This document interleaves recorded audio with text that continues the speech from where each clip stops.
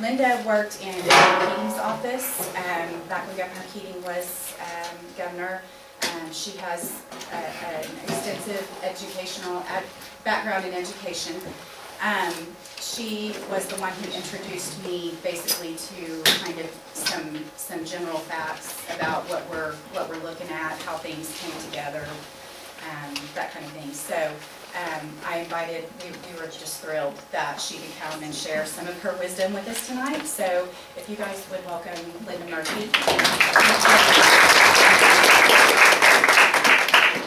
Hey, get my phone shut off there so it won't interrupt us, hopefully. I want to thank you for coming tonight and just say that I at one time was a mom and a teacher who didn't have any political experience. I was in my local public school district where my children were in school, appointed by the principal to be on a local school committee to write our comprehensive local education plan. And although I was an educator, I wasn't really there as an educator per se. I was there as a parent appointed by the principal. I had a one-year-old at home at the time and was not teaching in the system. I found, this was in 1992, right after the passage of House Bill 1017, I found that we were piloting a system of education change that the expert that came into Oklahoma called transformational outcomes-based education. And some of the educators here tonight with us, like myself, experienced what that was. At that time it was early in the process, and we were supposed to put this into our school and implement it, and then it would be statewide through all of the schools. We were one of 10. So I felt a responsibility to know, well, what is this, you know, that we're doing? And as an educator, I was very curious what was transformational about this new plan.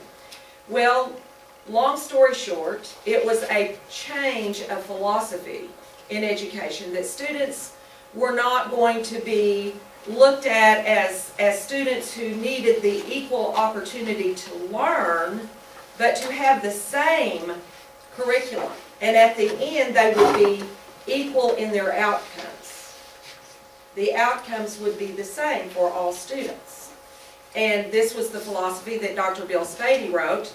Now we have Common Core state standards, and in that is a philosophy according to the people that wrote the standards. The standards were not written in the state of Oklahoma. We hear they're state-led standards, or that they're our own academic standards. But they are actually written by the National Governors Association associated group, which is a nonprofit called Achieve. And Achieve brought in panels of people that were not all educators. There was an educator here and there, but a lot of people had a background in sociology, in technology, in working for various corporations, for ACT.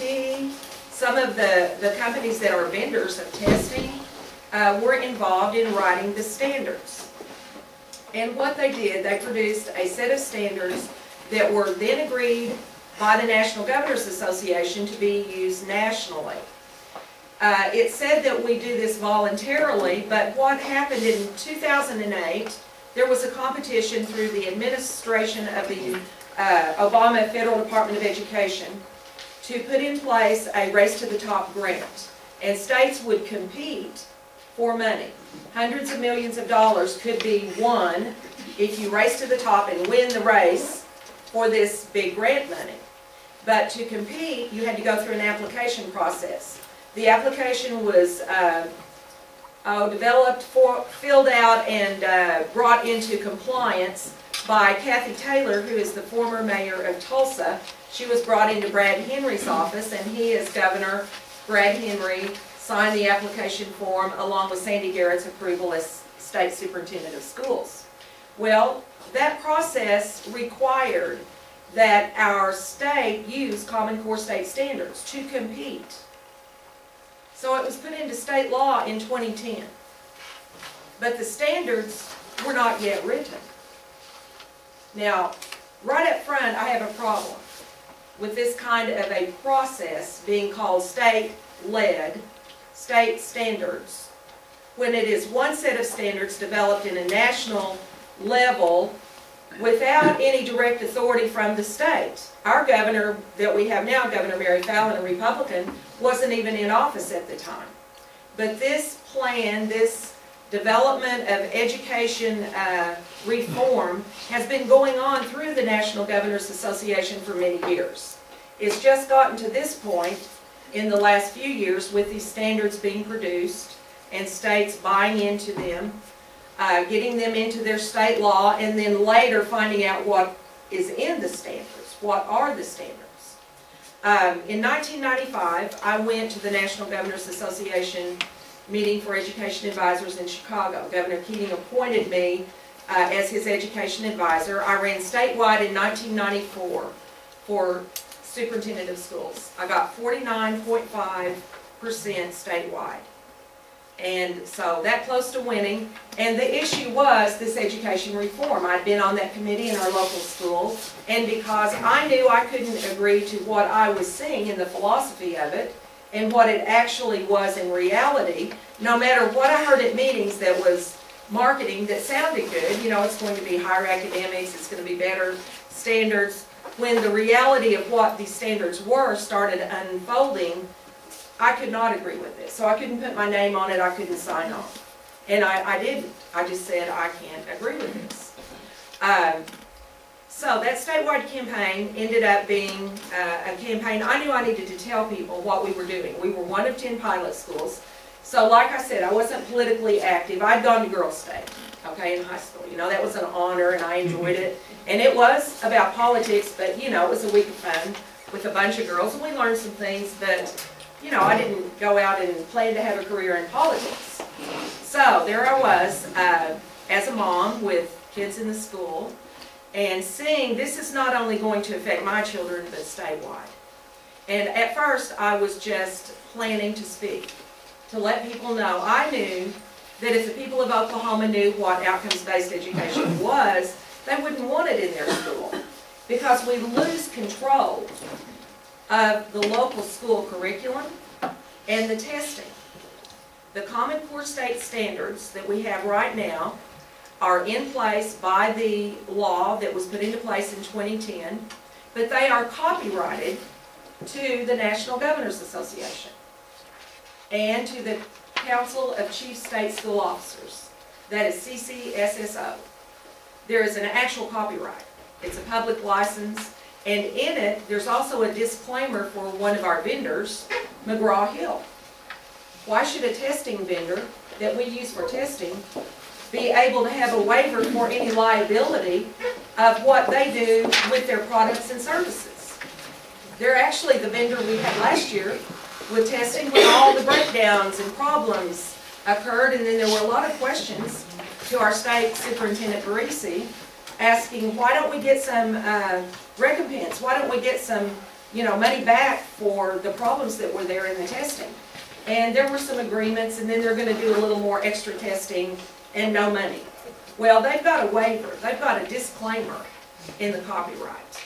So if you go to if you just go to Google and look for Common Core State Standards copyright, that page will pop up, and it's right there. It's actually a one page. On the front page. Oh, if you got it. Okay, good yeah, for you. I included that. Good for you. Great job. So that is very important. I don't think that's probably even legal. I don't know how it could be. How can it be in our state law that an outside entity of any name would have control of our standards? Now, parents and teachers know. We have common sense. We know that if we have testing, which we do, that is coming, that is very high stakes testing for Common Core, and we have the standards, those need to match up. And in between that, you better be teaching what is in the standards so that they can pass the test. So no, curriculum is not mandated, but what curriculum are you going to teach? What it requires to pass the test, what is required. We have a contract right now with Measured Progress and another one with McGraw-Hill. The Measured Progress is a nonprofit organization. So is NGA, National Governors Association and Council of Chief State School Officers, and Achieve. They're all nonprofits.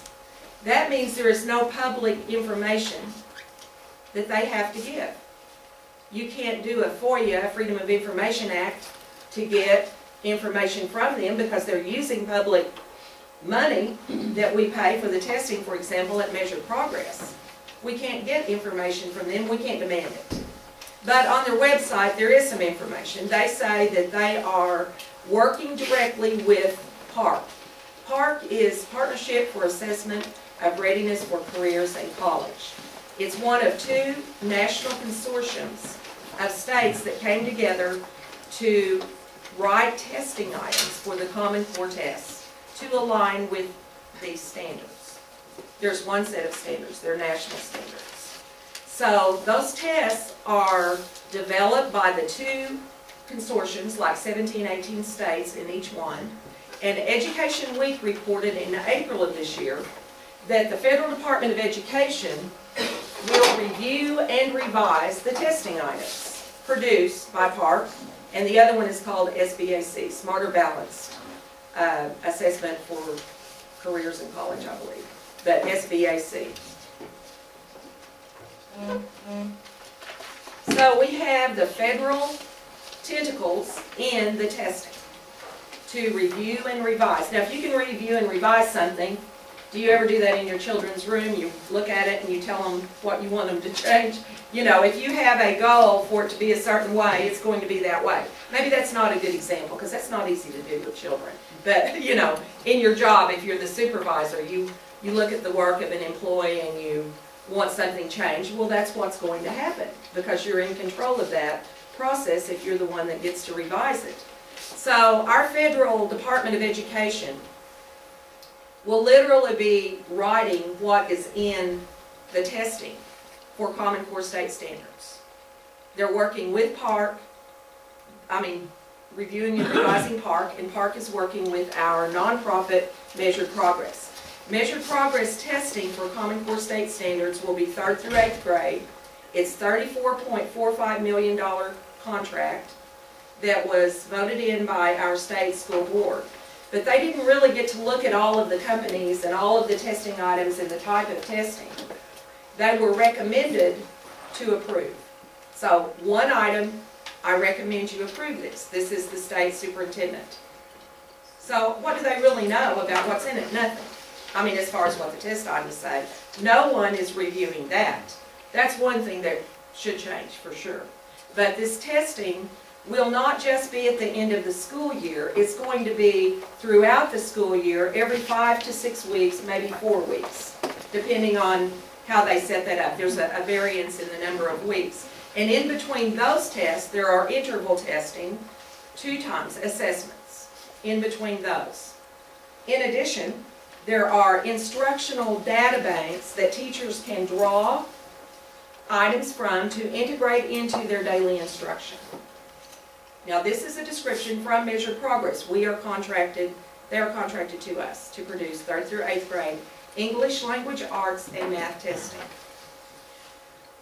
If you listen to David Coleman, who is one of the architects of the Common Core State Standards, and he's also president of the college board producing the SAT, and if you heard the news this past week, they're realigning that testing to do what we do in high schools. Well, what are we doing in high schools? I thought that's what the SAT always tested. Well, because of the transitioning in high schools to the Common Core, the SAT is aligning with that. That's what's happening.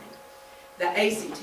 I did hear last night, even on PBS, that I think they said 800 colleges and universities do not require entrance testing.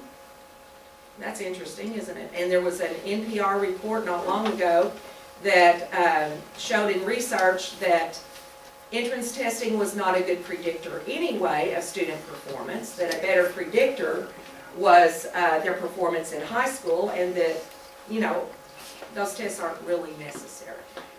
Linda, that's kind of a misleading figure. Okay. 800 out of about 30,000 colleges. Yeah, that's true too. So don't just right. It's not like it's 800. readily available. And here in Oklahoma, the test of choice is still the ACT. We still have not converted over to the SAT. And I was a principal for 32 years, and our kids would always take the ACT because that got them into OU, OSU, UCO. Most of the universities, if they were applying to Kansas, Kansas State, they would accept the ACT. Yes. So, you know, the fact that there's 800 that don't require, Right. those are probably your Ivy League schools who have never required. They go off of portfolio admissions. That's so. certainly not any big number when you look comparatively to 30,000. That's right. Okay. But there is hope that, here's where I'm headed with all of this. Across the state of Oklahoma, as people do some research and experience these standards in their schools, and students are coming home upset, not able to perform on the kindergarten level, there's too much developmental requirement. First grade, they are not developmentally appropriate, and this is known nationally. We don't just think this in Deer Creek, we don't just think this in Oklahoma. If you get into the little bit of research about this, you'll find this is happening all over the United States because they're the same standards. And those standards have been geared to the skills and abilities that this panel of people thought these children would need at this age. They don't know child development. They're not experienced educators, and none of this is proven. None of it is proven. That's one big problem with it. Why would we reform an entire nation with some standards that haven't even been tested and proven?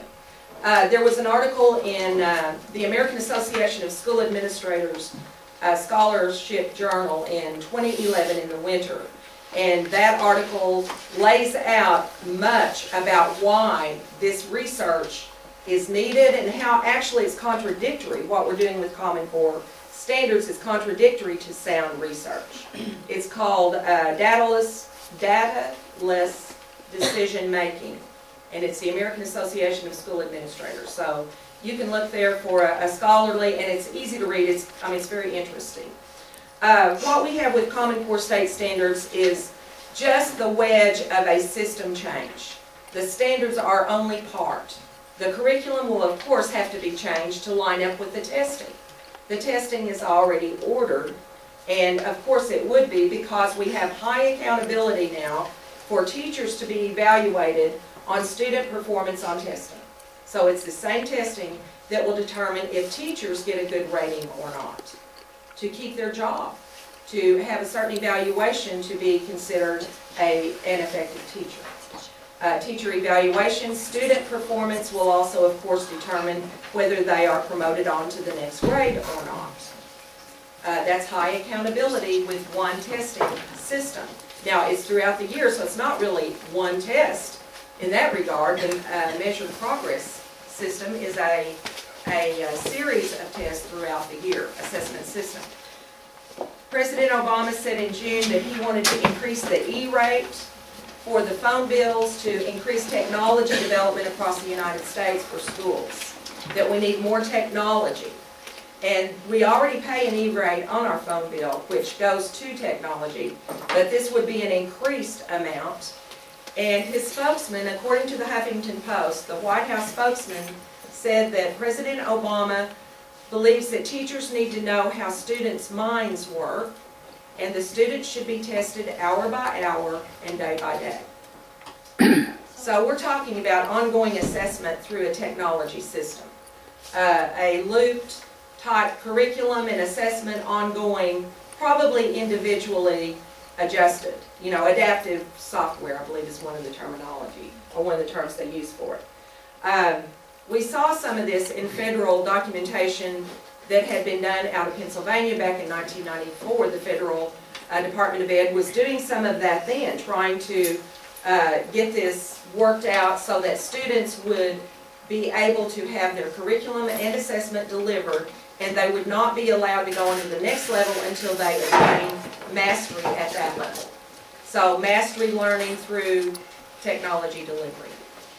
So when you talk about Common Core state standards, they are standards, but you really can't think of them in isolation. If you do, you're not going to see the big picture that you must see to understand what's really happening.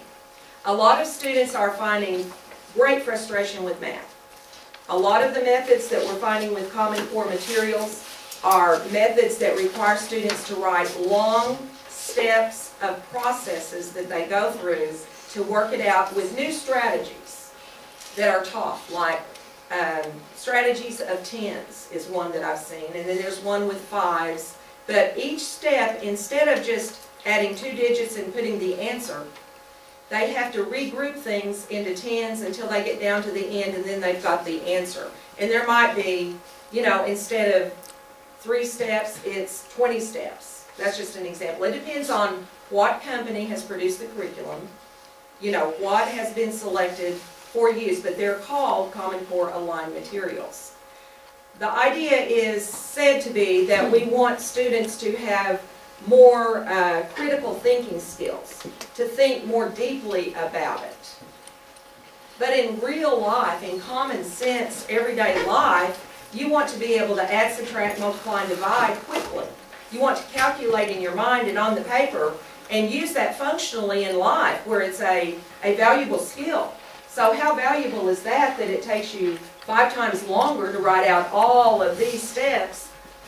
You know, I can understand in theory and college maybe understanding that, but to teach that as a foundational math skill disrupts what would be a normal, simple process.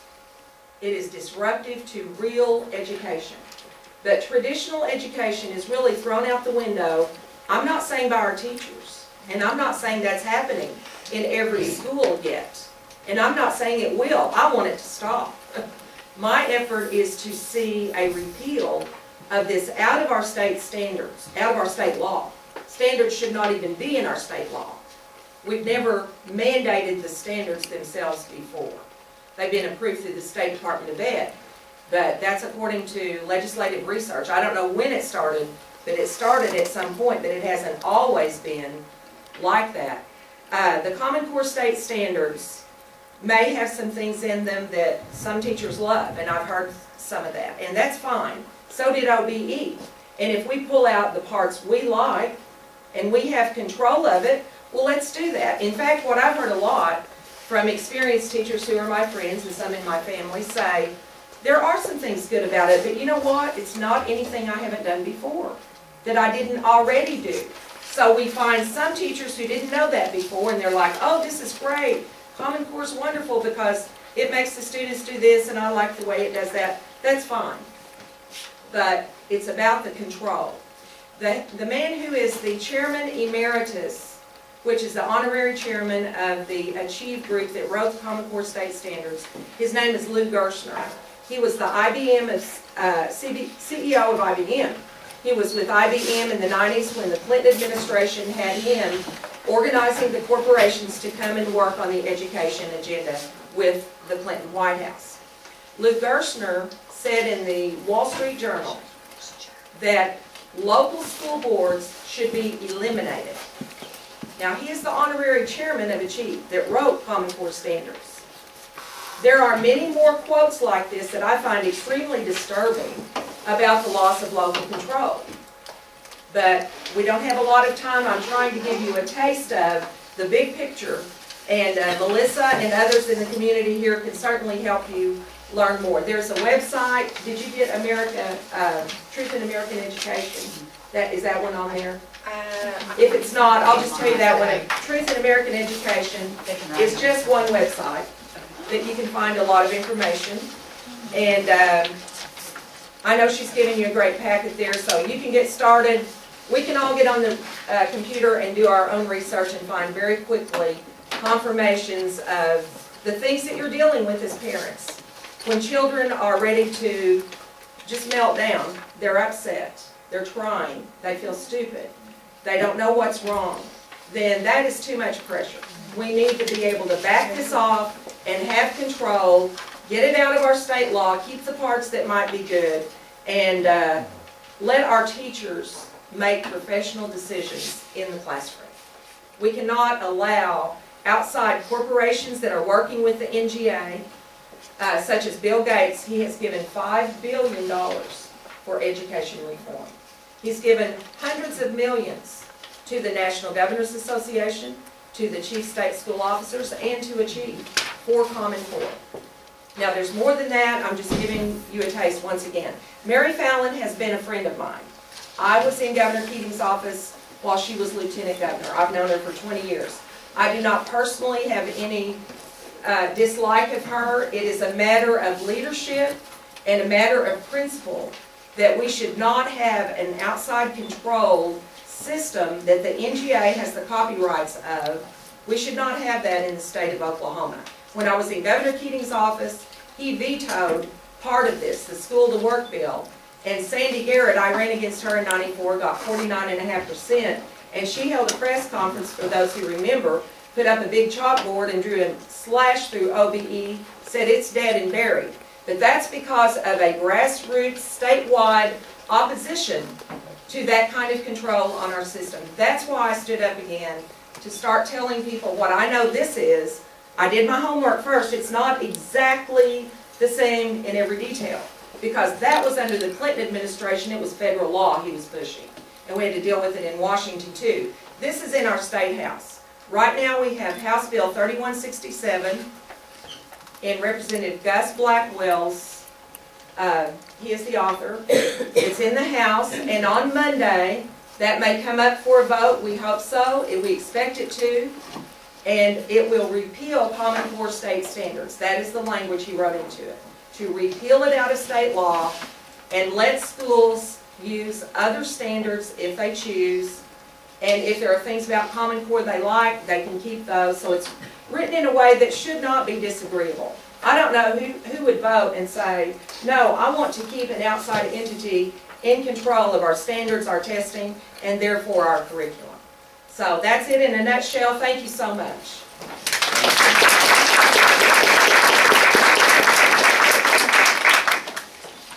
Thank you, Linda.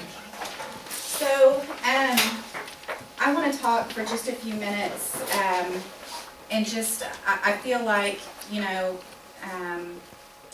a lot of you are here because you probably share a lot of the same experience that I have had this year.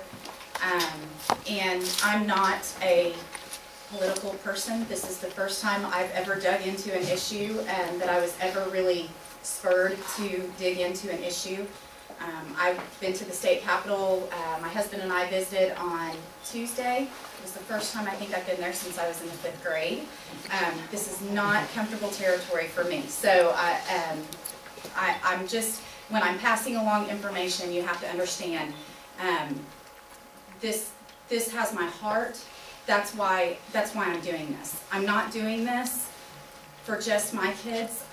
I'm fighting for your kids, because I can tell you, when you start digging and you start realizing what has been done by our state officials, the implications of what that can do and what it's currently doing to some of our children, my child, my 3rd grader, I take it a little bit personal.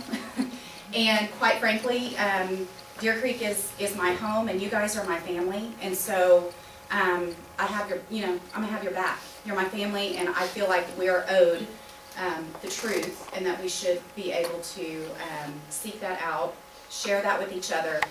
And so I want to just spend a few minutes kind of pointing out some things in your packet that tie in with much of what Linda said.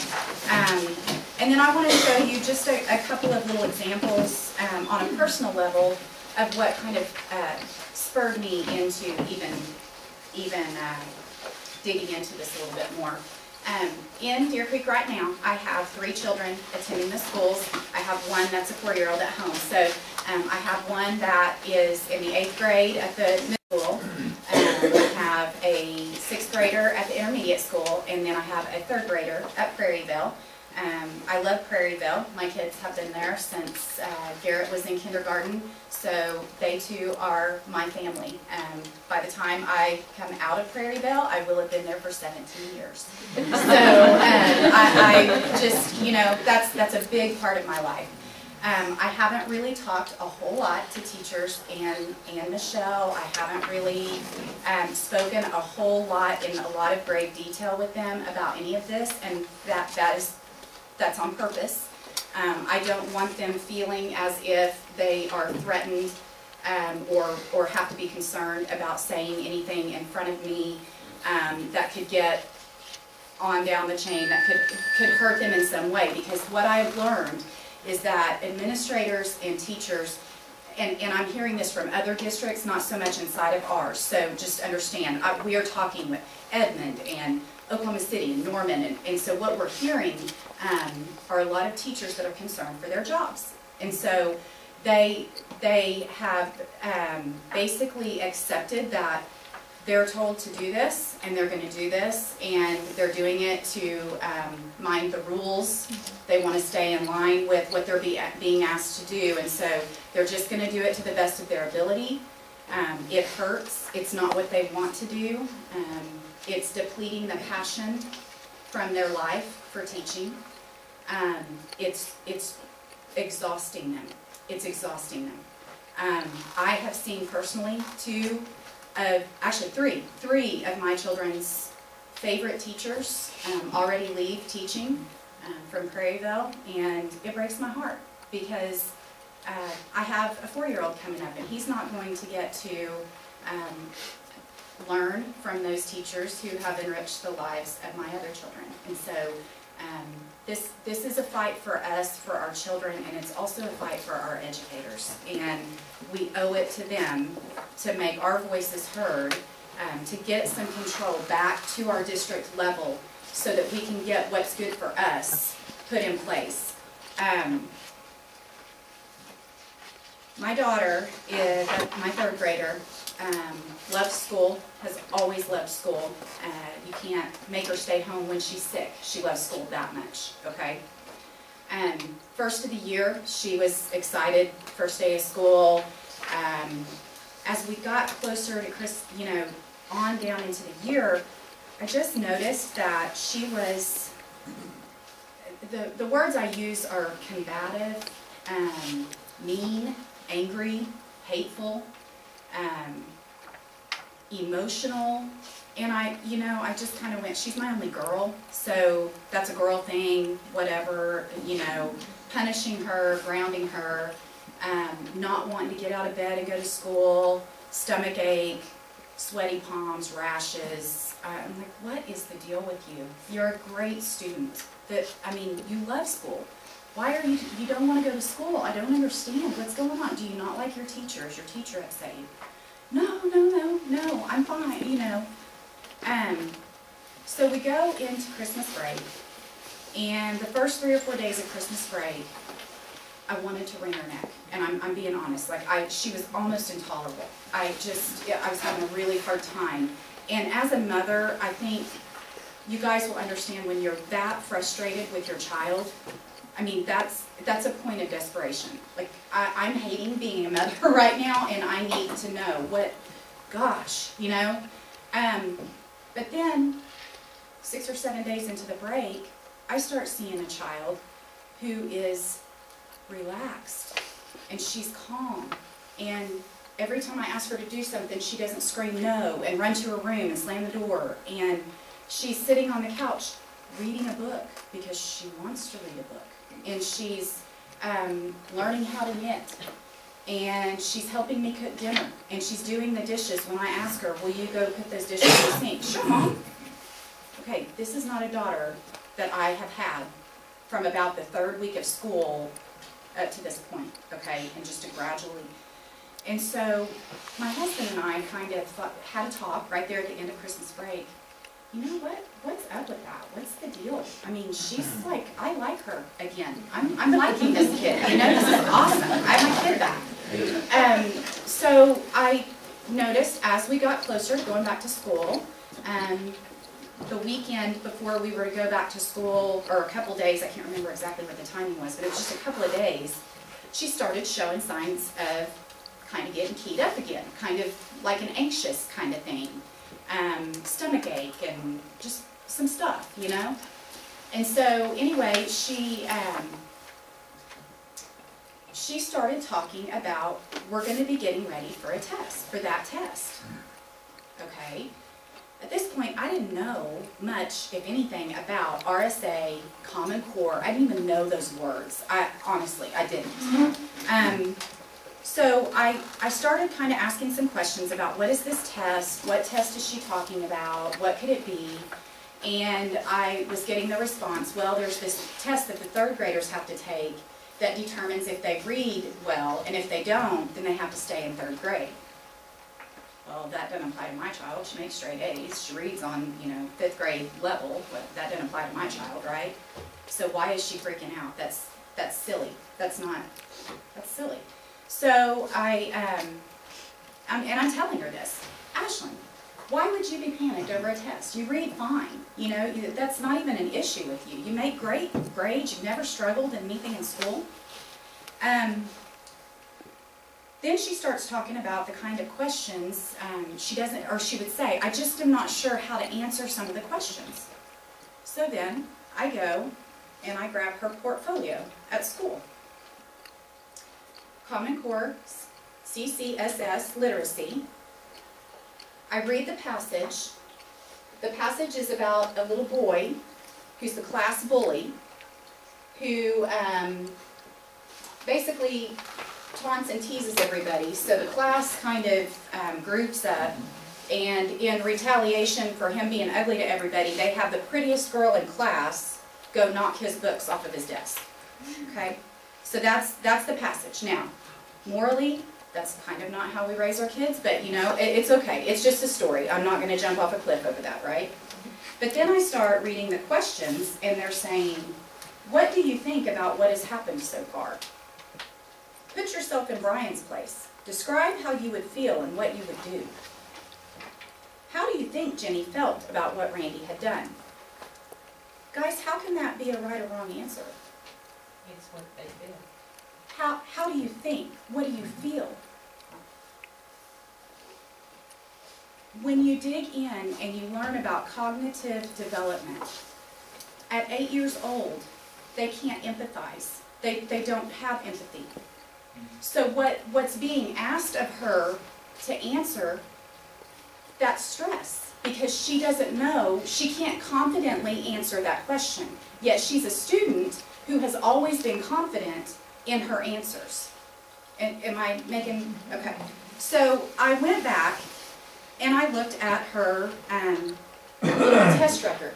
And I'll be honest, I don't know what a lot of this means. These numbers are very confusing. And so this kind of is one of those things that I would love to see changed, where we can know and understand. Because we get these a lot. And I look at them and I go, okay, well the GE, that's something to do with the grade. And we've got like 4.9, 5.1, 4.6, 4.8, and 4.1. So what I do notice is that we're going backwards. She started out the year at 4.9. She went up a little bit to 5.1. And now in February, she's at 4.1. And teacher, help me, PR, what does that mean? Percentile.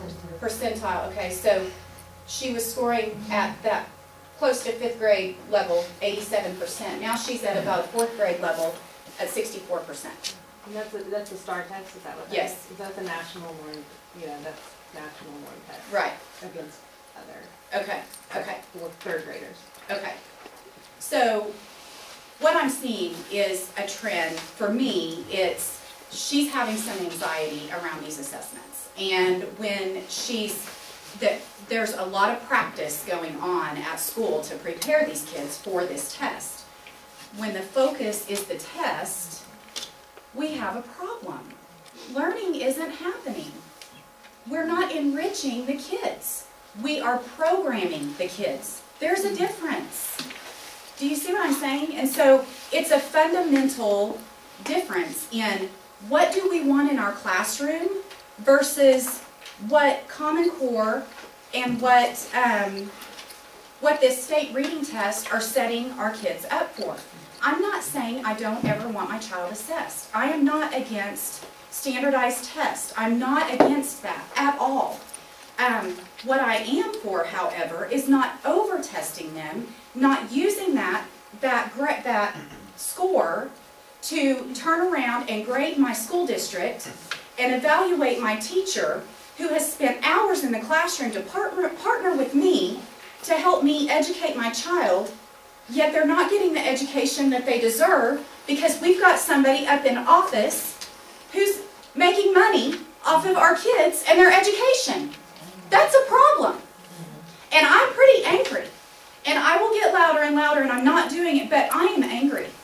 And there are a few people at our state capitol right now that are solely responsible for what is happening to my third grader. This is abuse. This is abuse, okay? And I included in your packet some things because these just really, and I know I ran short on these, I should have probably copied more, but I want to point out just a few things. Authors of Common Core. There they are, okay? Point out the guy or the girl that has anything to do with early childhood education. There isn't one. How about the guy or the girl that had anything to do with high school education? Nope, not there either. However, they received the go-ahead to go ahead and implement standards when there were 135 people on 3 national panels designing Common Core. None were early childhood or elementary public school teachers. There were 0 early childhood professionals in there. So kindergarten through, or pre-K through 2nd or 3rd grade, where we have those areas of developmentally inappropriate, are we understanding why they're developmentally inappropriate? The people weren't qualified to write them in the first place. There was no reason for them to do that. They shouldn't have been the ones to do that. We signed those standards into law before we saw them. We have legislators telling us we signed them into law because they were a higher standard. We expect more for Oklahoma kids. We want them to be smarter and more ready for college. So we adopted standards that we didn't even know what was in them, so that we could try to get money for from a race to the top grant. And you're using, at the end of the day, what's happening is we have abuse because we have standards that say things like this. And this is straight out of the standards, okay? College and career readiness anchor standards. These are anchor standards for writing, K through 5. Number 1, write arguments to support claims in an analysis of substantive topics or text using valid reasoning and relevant and sufficient evidence. 7-year-old. Knock that one out. I'm not kidding. 5. Yeah, 5. Kindergarten. And I included a kindergarten, one specific for kindergarten. Using a combination of drawing, dictating, and writing, students will be able to compose opinion pieces, informative texts, and narratives. Kindergarten. And they're really making them do it. And here's the thing, because they have to. Yeah. Because they have to. Okay? Yeah. The next little piece of paper I included is a statement from the National Association of Educators of Young Children. Look at that second dot. Standards should never be used to deny entry to kindergarten, to retain a child in a grade, to hinder access to early intervention or other support services. Next one. Dr. Carla Horwitz from the Yale Child Study Center. The core standards will cause suffering, not learning, for many, many young children. I'm mad. I'm mad. And yet we have John Ford at our Capitol. We met with Senator Ford today. The 3 of us spent about 30 minutes, with Senator Ford today, which we felt very good about. The fact that he actually came off the floor and stuck with us, even through voting and stuff like that. So I want you guys to understand, my point in being here is to give you and empower you and beg you to understand where this is coming from, what it is. Your children are bright. They're smart.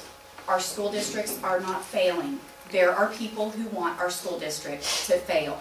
There are people who would like to remove funding from our school. They would like to pull our funding so that there is no public school, but that the money can be pushed in a different direction, okay?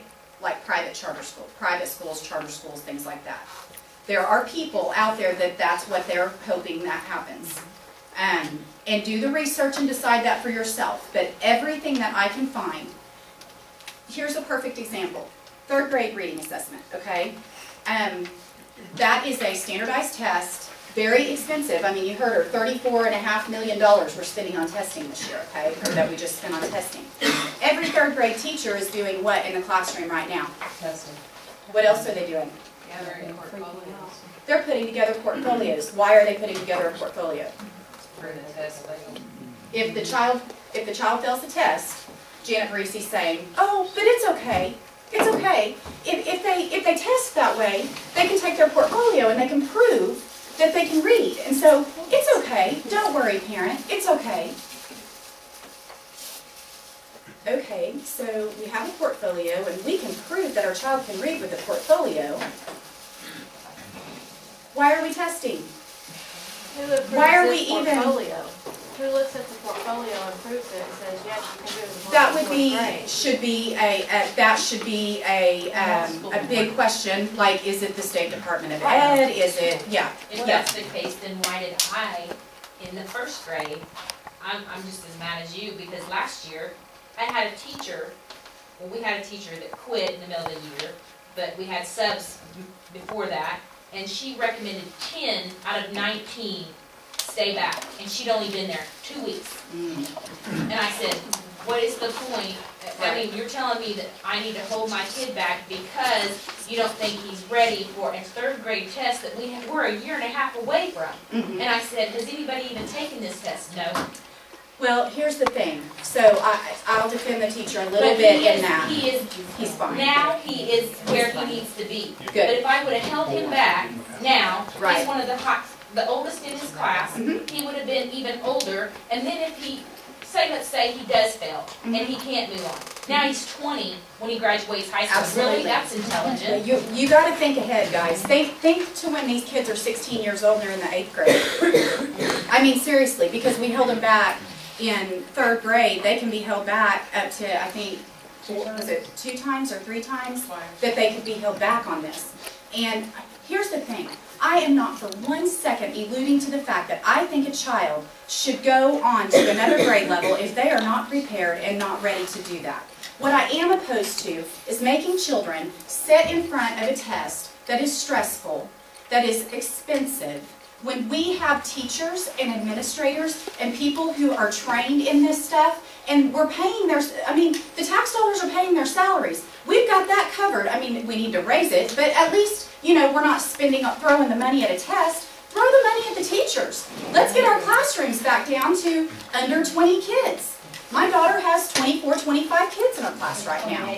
Well, and no, 2 things, and no, the OCCT, regardless of the grade level, does not show a child's reading ability. Correct. It simply shows us strengths and weaknesses to be able to work on at that said grade level. And also, it's for the RSA, it's not just, you know, okay, so they don't pass the OCCT, and we've got the portfolio. They are also then offered a second test, you know, Iowa-based or whatever it is. So yeah, So you so failed this take test, another now let's go test take now. another Let's take test. another. Yeah, and then there are good cause exemptions for children on IEPs and special needs, and there are some good cause exemptions. But guess what? When they say exempt, that doesn't mean exempt from taking this test. They have to fail the test and then go prove themselves worthy of going on to 4th grade. So every child in the 3rd grade, regardless of your situation, is required to take this test, okay? We need to be asking questions, why? And you can't go to our board or our principal and ask why. That's not where it needs to happen. You need to get up to the state capitol or the Department of Education. You need to talk to the right people who can help us stop some of this stuff in its tracks. Talk about where this came from, and on the national level, there was a great movement for a number of years. In 1995, I attended the National Governors Association advisors meeting to the governors, education advisors, Governor Keating sent me. And at that time, there was quite a bit of consensus that a national set of standards would be good. There's a man named Chester Finn, who's still in the Daily Oklahoman right now, came to Oklahoma a number of times in the 80s. And so the idea of a set of academic, and we'll talk about that with the questions you were talking about, those were not academic, those were affective, Right. the emotions and feelings of students. Teachers study what is called Bloom's taxonomy of the cognitive and the affective domain. Is a question or a task in the area of cognitive, which is academics, or is it in the area of their emotions and feelings? So when you're doing an assessment that's really wanting to know how does the child respond, how do they feel, it's their own subjective view, that is in the affective domain. That has nothing to do with academic skills needed for reading. So this is part of the problem we've got going on, plus subjective evaluations.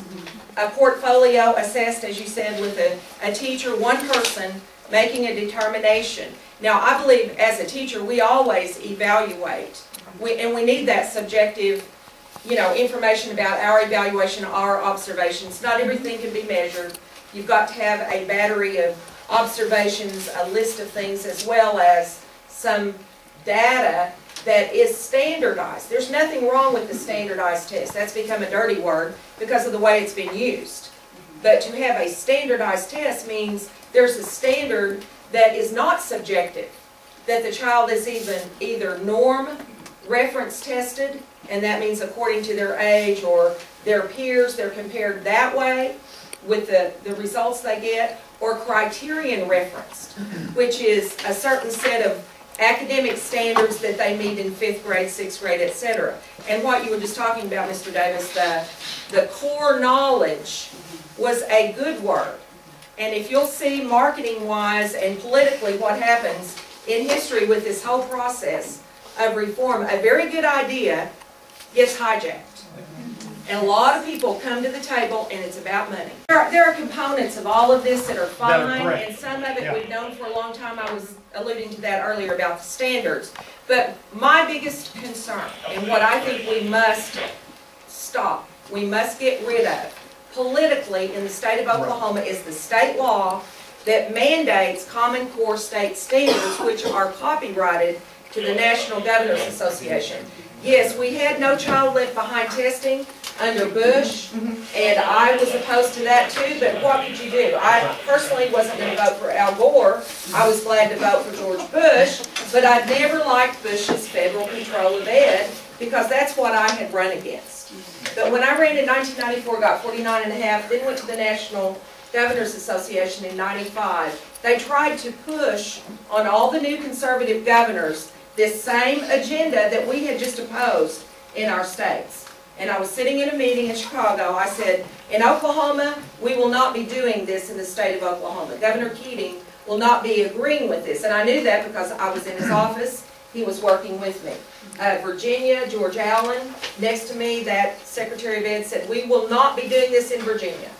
And across was New Hampshire. Well, now they've got a consensus of bipartisan, Democrat, and Republican. I'm not letting either party out of this deal because it's about money, and on the bottom level, we've got to, as grassroots parents, teachers, and our elected officials at the state, get this out. So House Bill 3167. 3167 is the bill, Yes. and I will say too, when we visited with, and we went to the Capitol of the Day, and that's something that I just really want to encourage you guys not to be intimidated by. I was shaking in my shoes today as I'm meeting with John Ford. And Let's put your pants on one leg at a time, just like everybody else does. Senator Ford came, okay, and I'm going to have Shane talk here in just 1 second, but I just, as a mom, I want to encourage you guys. I was shaking in my boots, but I made it through, and by the time we left, he was hugging our necks and telling us, thank you, parents, for coming and talking to us, because let me explain something too. And even Ann Cootie today, when we spoke to her, and she has been a big, proponent of RSA and Common Core, but she even said, wow, you know, when I'm showing her the assignments and I'm talking to her, my daughter's in 3rd grade. I'm seeing, these are the things I'm seeing. If you'll just listen to me for 10 minutes and let me describe, because Ann Cootie was an educator for 39 years. And so she has a lot of wisdom and knowledge about teaching in a classroom.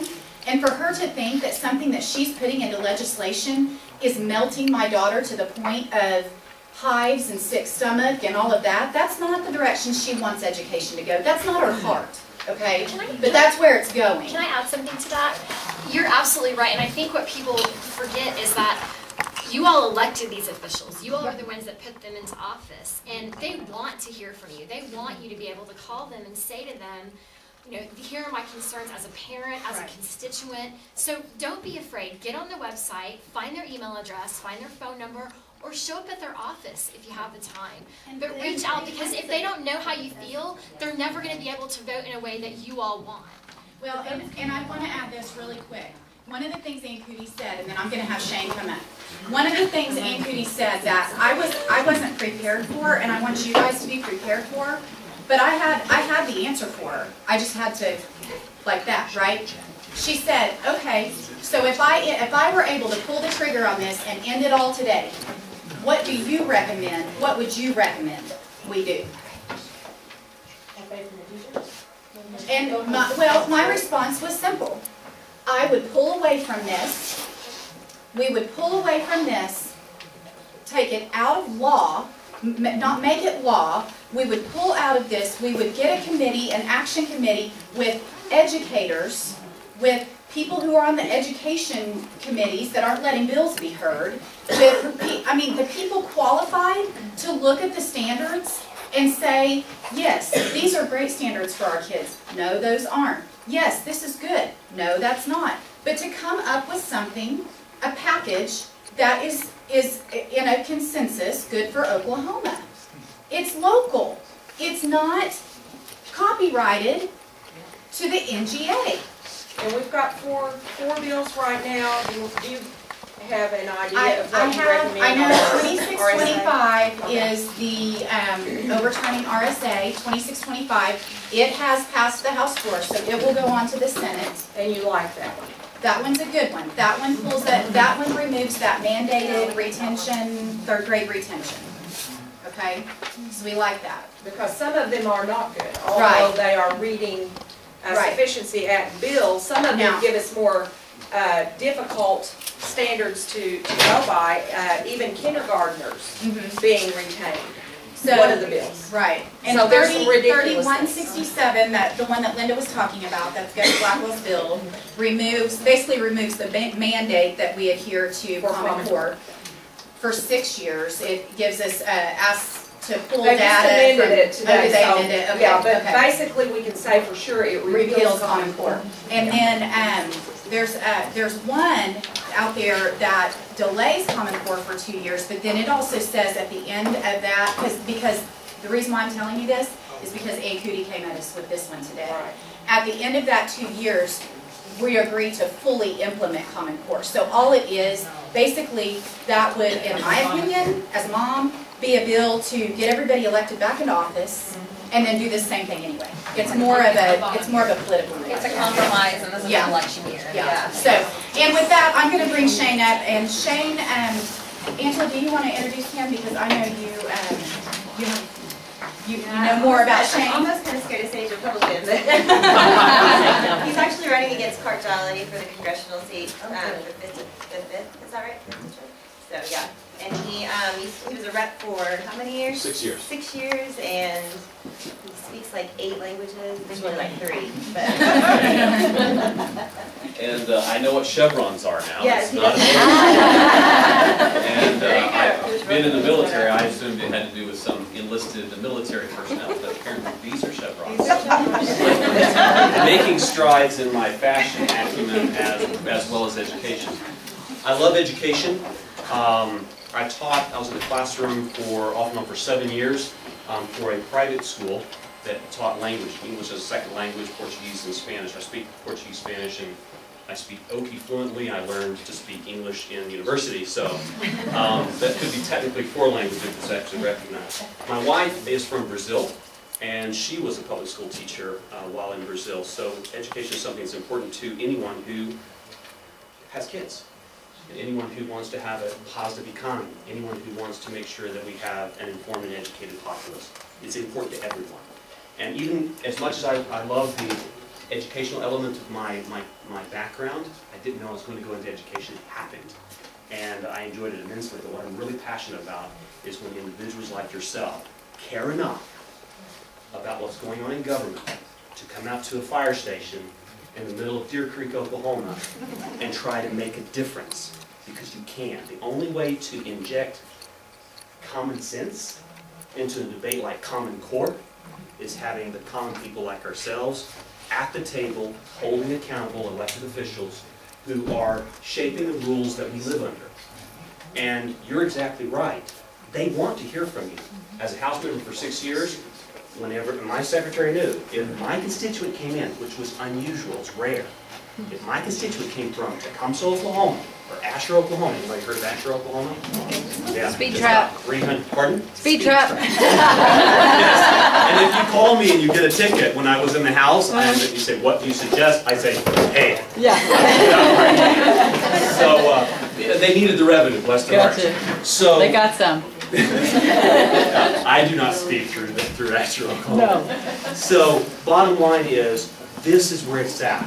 Our Constitution was designed to put the power and control of we the people.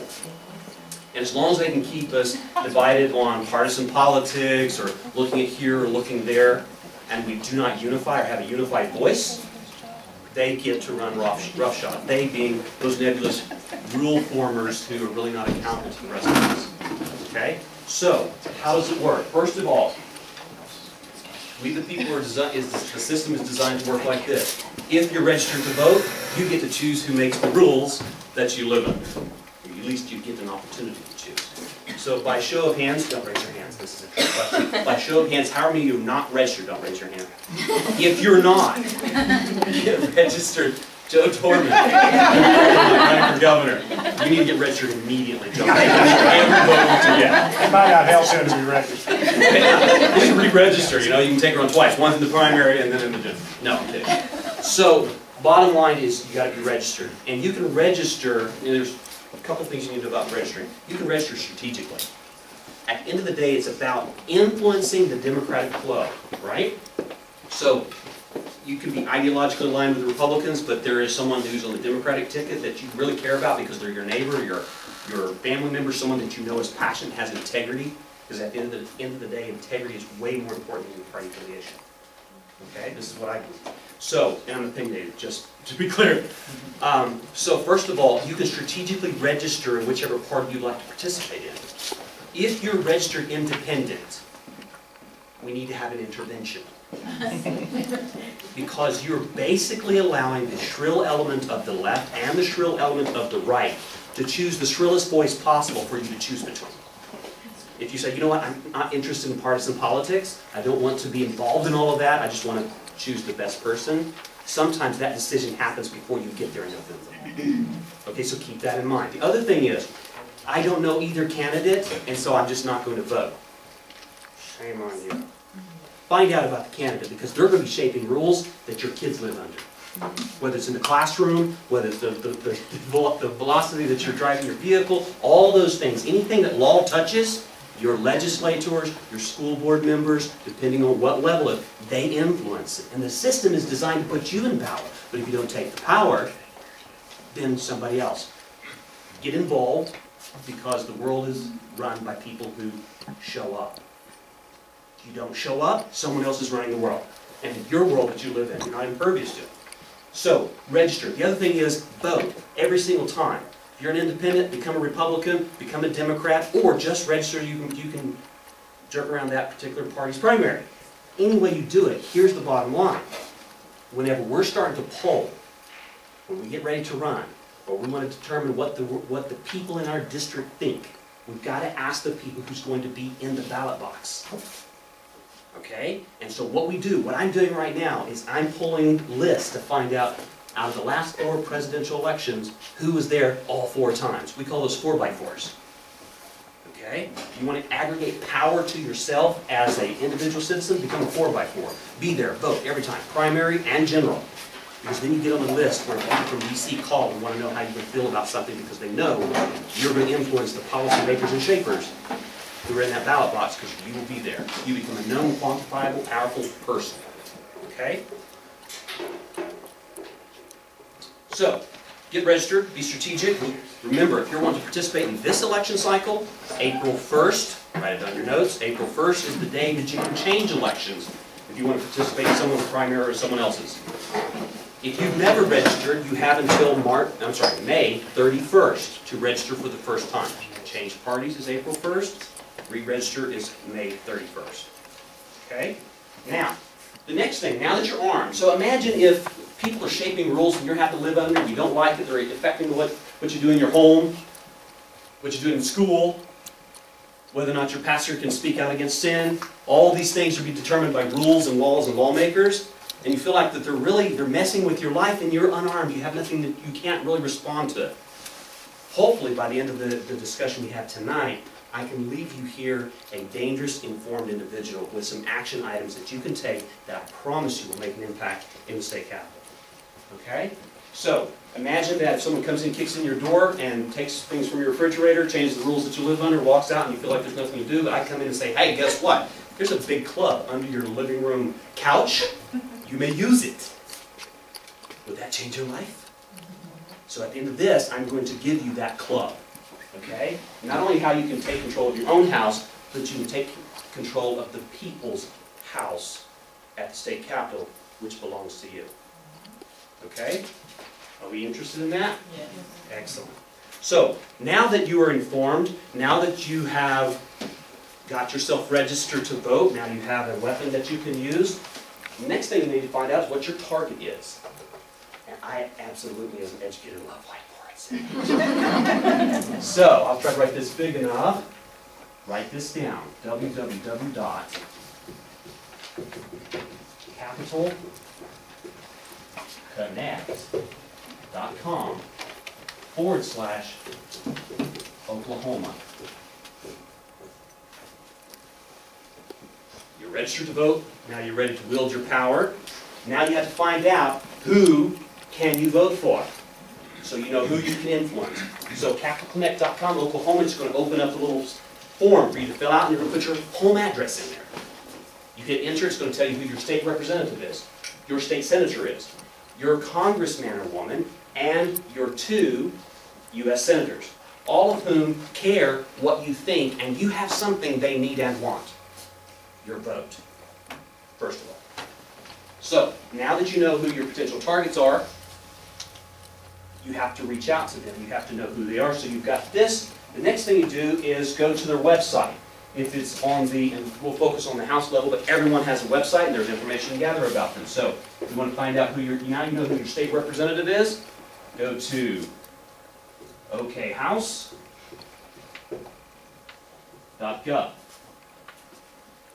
oksenate.gov.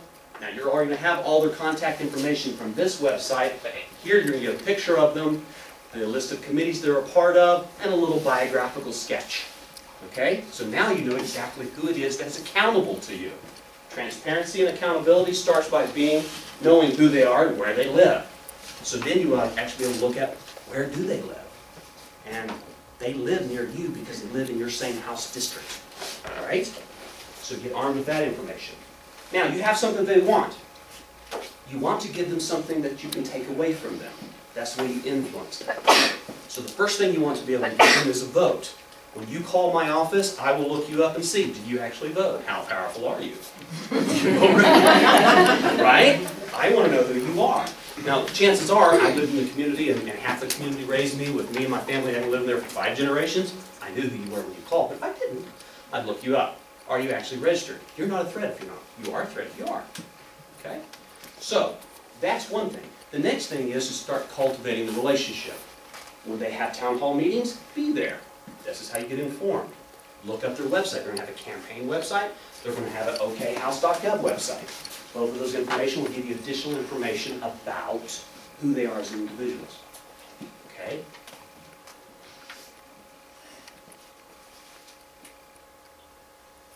The next thing is assume that you have issues that you care about. I don't know, Common Core, something like this, right?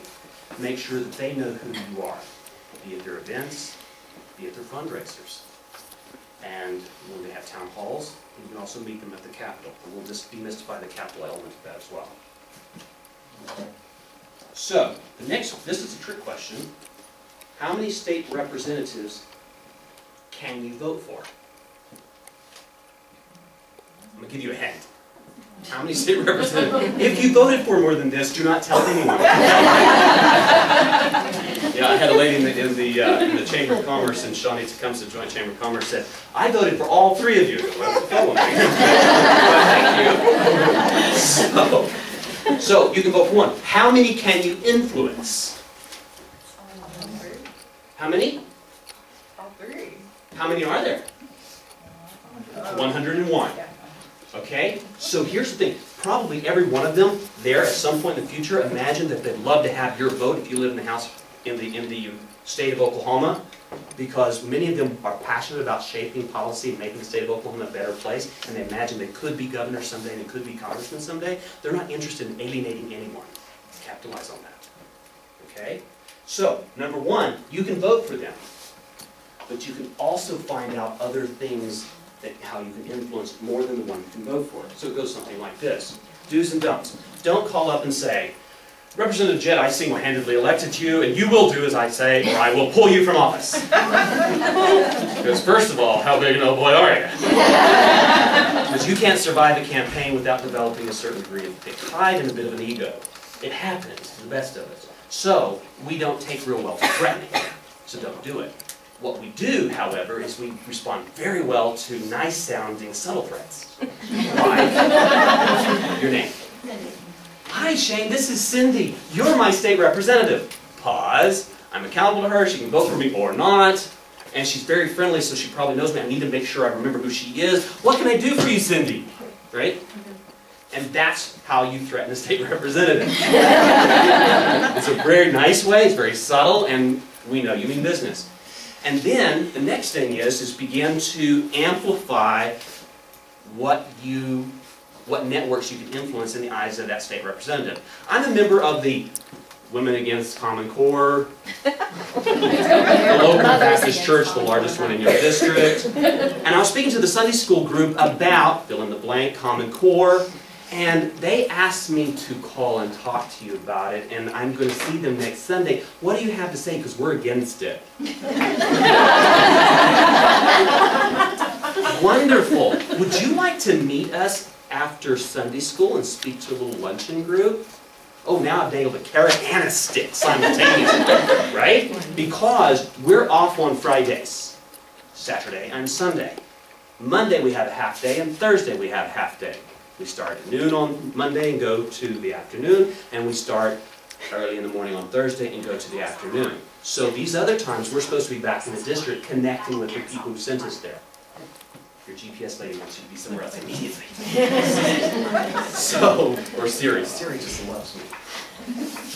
So, this is knowing what their schedule is and how it fits. You can invite them to speak with your group of ladies from the Quilting Bee, your Rotary Club, Lions, Kiwanis, fill in the blank. Make a group up, create it, get them all together, and bring them there to speak, or her to speak. Why? It's something that you have of value that they want, that you can give to them and simultaneously take away from them. And they need to connect with people that elect them so they can remain elected. But also, most of them are there for the right reasons. Their heart's in the right place, but they're not hearing from you. And they can't represent Gina. They can't represent Gina if they don't know what Gina's passionate about or Gina cares about. But you can connect those dots for them by connecting with them. And there's about 35,000 people in our House district. We can't physically know them all, so you have to help make that bridge happen. Suddenly you become powerful because you have a name, we know who you are, and you know who we are. And you can connect me with the people at your church, your job, etc., etc. So how many can you influence? You get the address of your church, you plug it in, and then you call that state representative. My church is in your house district, and we were talking the other day over Sunday school, after Sunday school, and we had this question, right? Or plug in your place of business. I work in your house district, and I was talking to a number of the employees over break, and next break period, we're going to get together and talk again, and they asked me to call you. What? I'm accountable to you. I'm accountable to however many people in the break room. Would you like to come out and speak to us on Friday? I know you're not in session.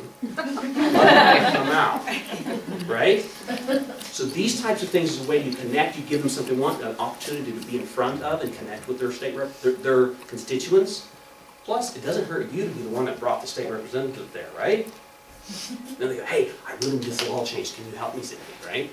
And now suddenly you are a liaison or conduit of information to someone who shapes rules that we all live under. Or try this one in for sight. My grandmother lives in Tulsa, and she doesn't really like to call because she's hard of hearing, but she asked me to give you a call, Jenny McDaniels, representative, and we wanted to know how you feel on Common Core. I tell her she's probably very much opposed to it. And my mother lives in your district, my grandmother lives in your district. Now, is she going to worry about you voting for her or not? If she mistreats you, do you think your grandmother is probably going to vote against her? I know mine would. Right? And so you take an inventory of the people that you know, and then connect the dots for the state representative or the state senator. Same thing applies. Okay? This is how you do it. This is how you determine who's accountable to you, information about them, and if you happen to know that your committee, House Bill 3167, is going to be in Gus Blackwell's district, take a look and see if your House member happens to be in that same committee with Gus Blackwell. And so we encourage you to support Gus Blackwell's bill. Okay, so you can figure out kind of how it's going through the process, and you can start connecting the dots for them. My pastor asked me to call you, he lives in your house district, start doing the math. Does that make sense? This makes you powerful. Next thing is, okay, the other thing, this is more of a long-term strategy. This makes sense. The only way we get elected is if we can buy yard signs and radio time, TV time, these types of things. And we can only do that through money. There's big checks and there's small checks, but all of them matter. Because if you write a $5, $10, $20 check to a state representative, he is going to stop what he's doing. He's going to write you a note and say, thank you so much, Cindy, for the contribution. We're able to buy so many yard signs or this or that, and here's my personal telephone number. If you have any questions, give me a call. That does two things, because that means she is committed enough to give money. She's going to be in the ballot box. She's going to hold me accountable. I better make sure she stays happy because she can give that money to somebody else next time. Okay? That's how it's designed to work, is that House members come in and they ask people to support them. Lobbyists are there ready to give up money and they give big checks, right? There's 35,000 of us around the district, $5 a piece, and suddenly we can negate a lot of monetary influence that's happening at the capital level because we're investing in our state representative who cares what we think. So $5, like, oh, that's not much. No, it matters. Because those are people that are committed. That means your family's going to be voting. It means your grandparents are going to be voting. Your kid's going to be voting. You'll probably be volunteering on a campaign. That's a whole different level of commitment and accountability. Does that make sense? Simple, simple, simple stuff. He's going to write you, or she's going to write you a personal thank you note because you did that. And he also knows whenever you call, I recognize that name.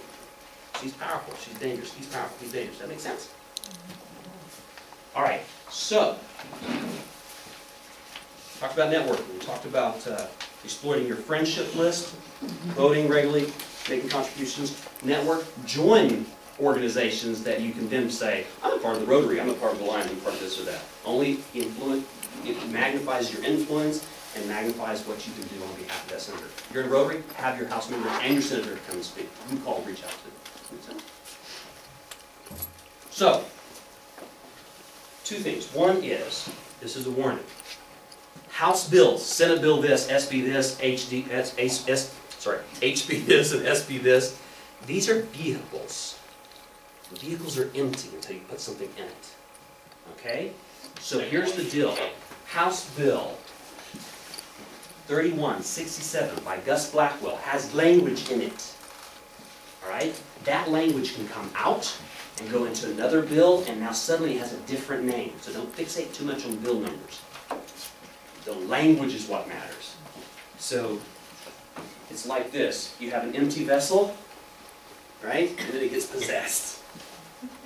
And then that empty vessel can be emptied again, House bill is still going through, and that language can plop over into somebody else's if it's a similar type bill. So it's not just enough to remember the House bill number, but also you have to watch for the others because they can mix and match and flip as it's going through the process. So that's why it's important to stay on top of these types of things.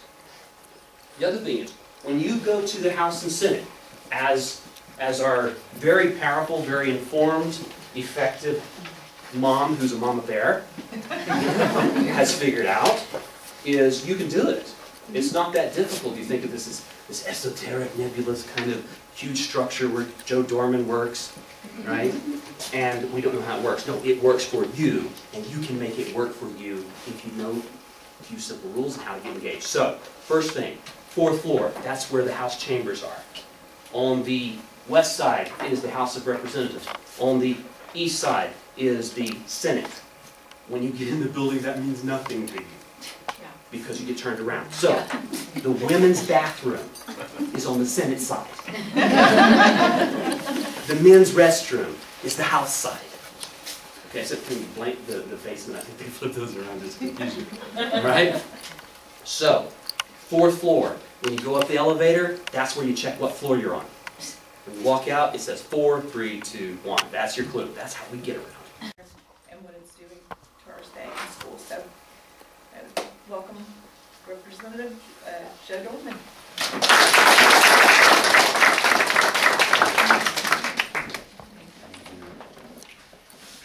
First, I want to thank Shane for his comments. And one of the things you need to know also is just because you're a Democrat or Republican doesn't mean you're always going to agree or you're always going to disagree. Shane and I have been very good friends for many years out there. I actually was elected in 2002, you were 2004, and we worked on many projects together.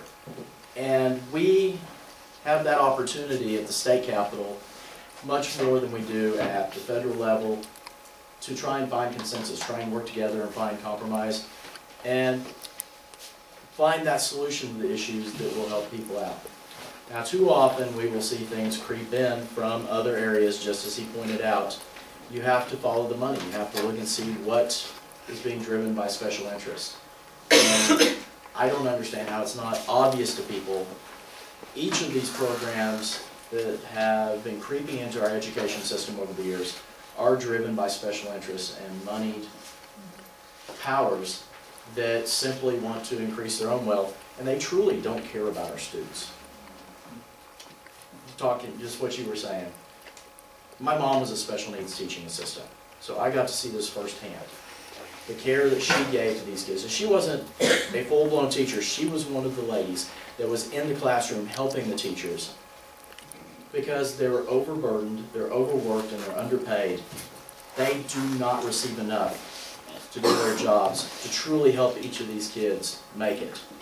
And our system that we have put in place over the last decade has truly hurt our students. You can go back to No Child Left Behind. Too many standards in place, and we really don't treat the students as individuals. Then you look forward to Race to the Top, which is what Common Core has been working, trying to drive up those standards. You look at the state level of what's happened here when we've passed the 3rd grade proficiency exams, high stakes testing for these kids. That's appalling to me to put these kids in that kind of position. And what's even worse is the legislature has shirked the responsibility of truly funding remediation to give those kids a chance. We have not even come close to the levels that were projected for funding to take care of those kids and give them a fighting chance, to give them the help that they need, to give them the tutoring, the additional classes, to give them that chance to have an opportunity. Instead, we're going to throw them under the bus, make them take a test. When they fail that test, they're going to be held back, and they're going to be scarred the rest of their life. The state and that school is telling them, you are not good enough to move on to the 4th grade. What is that going to do for their self-esteem for the rest of their lives? We're seeing a push, unlike any I've ever seen in history, by these different groups. And it's not partisan anymore. In the old days, you could tell. You could tell when it was the Democrats for something or the Republicans for something. But nowadays, we have so much of a blending on these different issues, it's truly hard to tell where the interests lie. My opponent, Governor Fallon, with the National Governors Association, has full-blown come out in support of Common Core. She implemented the executive order, I believe it was in October, that required the schools to go forth with that. And then people were surprised when I came out opposed to Common Core. I even received an email saying, oh, well, you're a Johnny-come-lately, that you're just getting on this because your opponent was for this. You can go back to 2010 and look at the bill that first came up. I was one of the legislators that debated against that bill when it was brought up. I pointed out the hypocrisy of my colleagues on both sides of the aisle for supporting certain bills that were going to be opposed to federal mandates the morning we considered that bill. And then later that afternoon, when the Common Core standards came up, they shifted their opinions. It's okay to be opposed to something as far as federal funding, federal mandates on another issue. But if it means we're going to have the opportunity to bring in federal funding, oh, well, we're just going to jump all on board on that. So it was a bipartisan effort that passed that bill. And we look ahead 4 years later, where has it gotten us? Are our kids doing any better right now? Are our schools doing any better right now? We're seeing teachers leave the profession because they are underappreciated. We're seeing parents pull their kids out of school because of the exact story that you just related. And I've heard it time and time again all across the state. Parents have lost faith that their kids are going to receive the education they deserve. The same education they received when they were growing up. We have an opportunity to make a difference. But Shane was exactly right. And I'm going to pick on everybody for a second. I'd like to see a show of hands of everyone who's registered to vote. I was hoping that would be the case. I'm proud of you because I will tell you, the numbers in this room are not reflective of the numbers of outside this room. We have a little over 3.5 million people in the state of Oklahoma. And Shane, you can correct me, JP, you can correct me. We've got probably a little over half of the people in the state who live here are registered to vote. And then, those that are registered to vote, little over half of them actually go to the polls. When it's an election year where you have the president on the ballot or the governor on the ballot. When I was first elected in 2002, there was about, I'm from a town of about 1,500 people, and about 900 people voted. That was an enormous turnout, and I very much appreciate my hometown voting at that level to support the hometown guy. Now what disappoints me is, a few months later at a city council race, remember I told you 900 people? It was a 99 to 99 tie for city council race. Less than 200 people voted. School board and city council are two of the most important races, but we have the lowest turnout. So you have to be involved and pay attention to when the elections are occurring. Now obviously I'm paying a lot of attention to November 4th, so those of you with your phones out, write down November 4th. My name is Joe Dorman.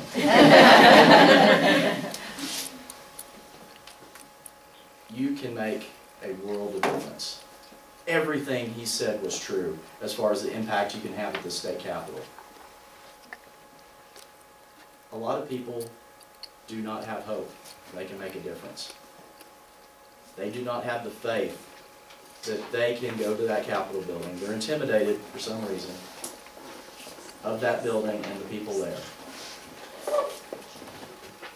This room, you can make a world of difference in several elections if you apply yourself to it. I was the underdog in my legislative race. My opponent took me for granted. And I won by 333 votes my first election. I was a huge underdog. And I outworked my opponent. I studied the issues.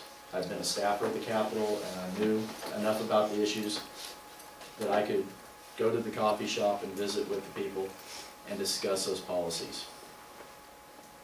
You need to do the same thing. You've got to understand the problems with Common Core. You have to confront your senator. You have to confront your representative. You have to confront your governor. Tell these officials why these policies are bad. What will be better? Don't just say everything's bad. Propose a solution, because we do not see that enough in government.